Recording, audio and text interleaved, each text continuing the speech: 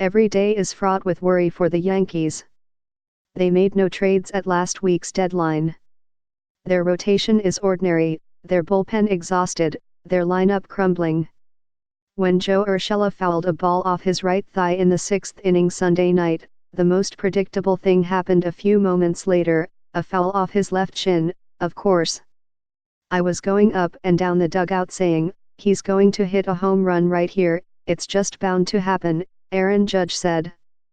The whole crowd was chanting his name. But this whole team's tough. We know what we've been through. Urshela did not hit a home run, alas, he bounced to the pitcher, but by then he had already gone deep off David Price in a 7-4 Yankees victory that sealed a 4-game sweep of the Boston Red Sox. At 72-39, the Yankees carry the American League's best record into a stretch of 11 games against the lowly Baltimore Orioles and Toronto Blue Jays. "A little swollen," said Urshela, whose legs were heavily bandaged after the game, "but I think I'm good." These would not be the Yankees, though, without some kind of troubling news. The all-star infielder Gleyber Torres has a core muscle issue, manager Aaron Boone said after the game, and was taken to a hospital for tests. The Yankees have already sent Luke Voit, sports hernia, Edwin Encarnacion, broken right wrist, and Aaron Hicks, right flexor strain, to the injured list in the last 5 days. They have 16 players on the Major League injured list, the most in the game, and now the dynamic Torres is at risk. "It's been a crazy year in that way, with the amount of things that have happened to guys physically," Boone said. "But it's also been a real rallying cry for us. It's not just brought a level of physical toughness to the room, but it's forced guys to be mentally tough as well. It's part of the hunger that exists with those guys, because they have the mindset of, nothing's going to get in our way and nothing's going to stop us."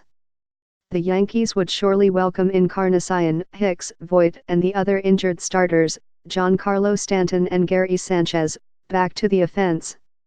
They would love to add Luis Severino and Dellin Betances, who have been hurt all season, to the pitching staff. Some combination of that group will return down the stretch. But the Yankees expect success either way, and while every team likes to say that, Boone's team lives up to it. The Red Sox have their health, but a middling record, 59-55. The Yankees are chronically injured but soaring. In the clubhouse afterward, the Yankees played "More Than a Feeling" by Boston, naturally, and got a pep talk from winning pitcher J.A. Happ, the players' pick for star of the game. "He won the belt tonight, for what a performance he did against a really good offense," Judge said. "Anytime Jay speaks, he controls a room. He's a veteran, he's been around the game for a long time, done a lot of great things in this game. Keep moving forward," that was his biggest message, just keep moving forward no matter what.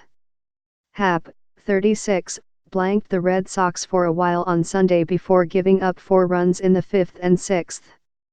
Boston knocked him out early in the playoff opener at Fenway last October, but the Red Sox are sinking fast now. "A sweep is hard against any team, especially a 4-game sweep and especially against these guys," Happ said. "Anytime you can put a little distance from a team in your division, it's huge." After humbling Chris Sale twice in a week, the Yankees leveled Price this time.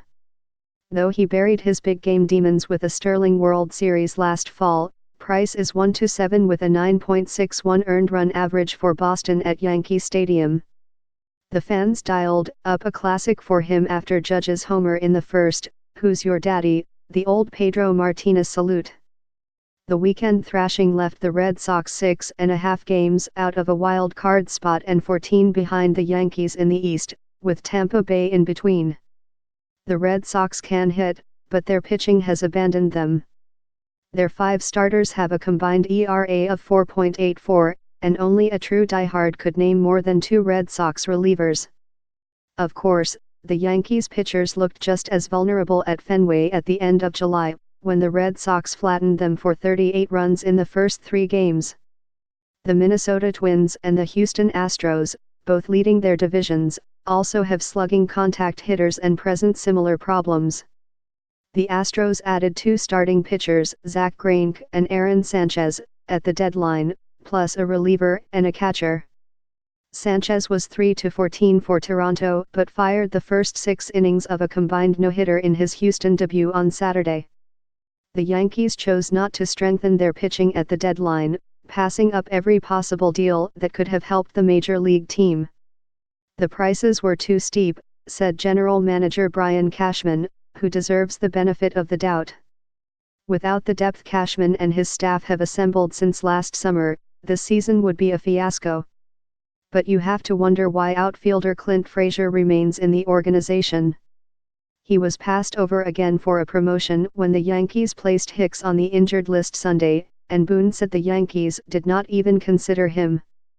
Frazier posted a cryptic but sad-looking photo on Instagram Sunday night. He is hanging his head under a red hoodie, with a Scranton Life sign lit up in the background, but he can hit and should be on a major league roster. If the Yankees truly have no use for Frazier, they should have dealt him, if only to improve around the margins.